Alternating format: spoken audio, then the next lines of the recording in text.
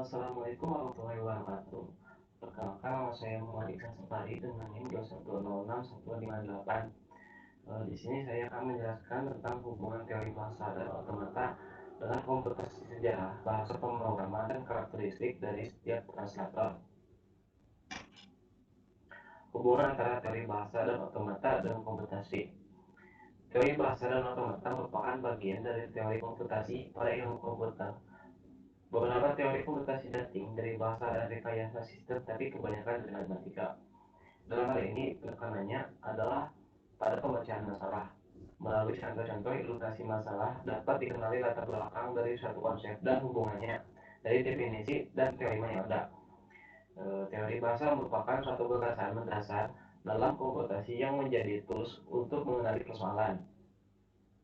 Gagasan tersebut dimodel dengan suatu simbol-simbol yang mempresentasikan juga suatu fungsi dari komputer kita.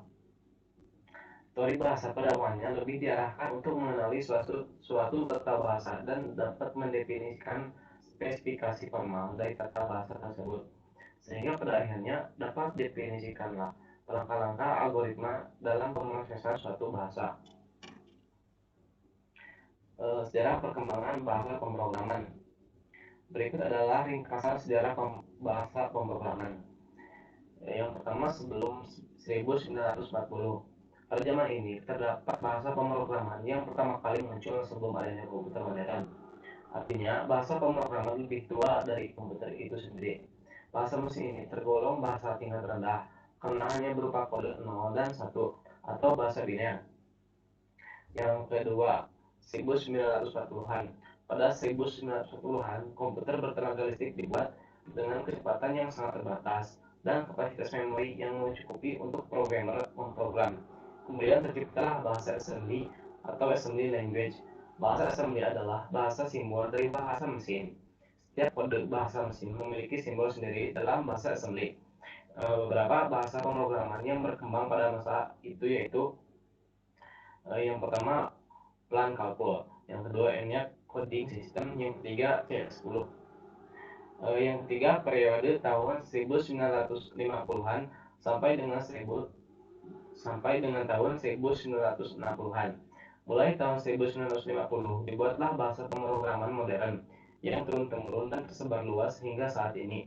Bahasa ini menggunakan istilah atau reserved word yang dekat dengan bahasa manusia atau seperti read untuk membaca, write untuk menulis, dan sebagainya.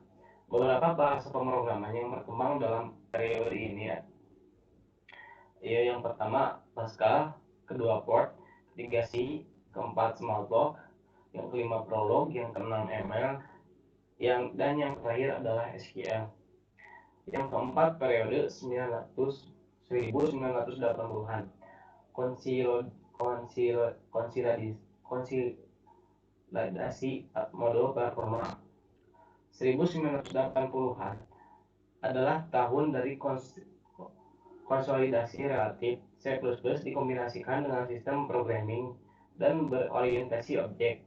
Beberapa bahasa pemrograman yang berkembang pada periode ini termasuk C++, Apple, Fortran, dan FL. Yang kelima periode 1990-an, visual. Dengan pada periode ini, bahasa selain berorientasi objek juga sudah dikembangkan berbasis visual, sehingga semakin mudah untuk membuat program aplikasi. Beberapa bahasa pemrograman yang berkembang dalam periode ini termasuk ada Haskell, Python, Java, Ruby, COBOL, Lua, NC, Common Lisp, JavaScript, PHP, bahasa C, Java, dan Visual Basic. Yang keenam, periode tahun 2000-an. Hingga tulisan ini dibuat dalam periode ini, di mana kemudahan berbasis visual sudah mulai digiring ke basis internet dan mobil, dengan bermunculan web service dan berbasis net dan mobil platform. Beberapa bahasa pemrograman yang berkembang pada dalam periode ini ada TCL atau TK, OCaml, Ruby, Python, versi 3.1, Java 6 JDK, JID, Java Beans, J2Me, dan Microsoft Visual Net. Yang terakhir JavaScript, template of JavaScript template oleh Mambo, PHP Loop, dan Joomla. Karakteristik dari setiap penerjemah bahasa formal atau translator. Yang pertama, bahasa mesin, yaitu memberikan perintah pada komputer dengan memakai kode bahasa linear. Contohnya 0,1100111100. Yang kedua, bahasa tingkat rendah atau dikenali dengan istilah bahasa rakitan atau bahasa Inggris assembly, yaitu memberikan perintah kepada komputer dengan memakai kode-kode singkat atau kode mnemonik. Contohnya mod, sub, CMP, GMP, ZGE, ZL, loop, dan sebagainya. Yang ketiga, ada bahasa tingkat menengah, yaitu bahasa komputer yang memakai campuran instruksi dalam kata-kata bahasa manusia, atau lihat contoh bahasa tingkat tinggi di bawah, dan instruksi yang bersifat simbolik, contohnya koma. Yang keempat, bahasa tingkat tinggi, yaitu bahasa komputer yang memakai instruksi berasal dari unsur kata bahasa manusia, contohnya begin, and, if, for, while, and, or, dan sebagainya. Pengertian interpreter program akan diterjemahkan baris demi baris hingga akhir baris program. Meski terdapat error pada sebuah baris tertentu, baris program sebelumnya tetap akan dieksekusi. Bahasa basic yang pertama kali menggunakan teknik ini. Pengertian compiler. Compiler merupakan suatu aplikasi pengcompile program. Compiler akan memeriksa semua baris kode program yang sudah dideklarasikan sampai tidak terjadi error. Jika ternyata kesalahan kode, compiler akan menghentikan proses eksekusi dan memberitahukan letak kesalahan baris program dengan mengabaikan baris program sebelumnya. Compiler akan menerjemahkan semua kode dari sumber bahasa selain bahasa rakitan menjadi objek agar bisa dimengerti oleh komputer.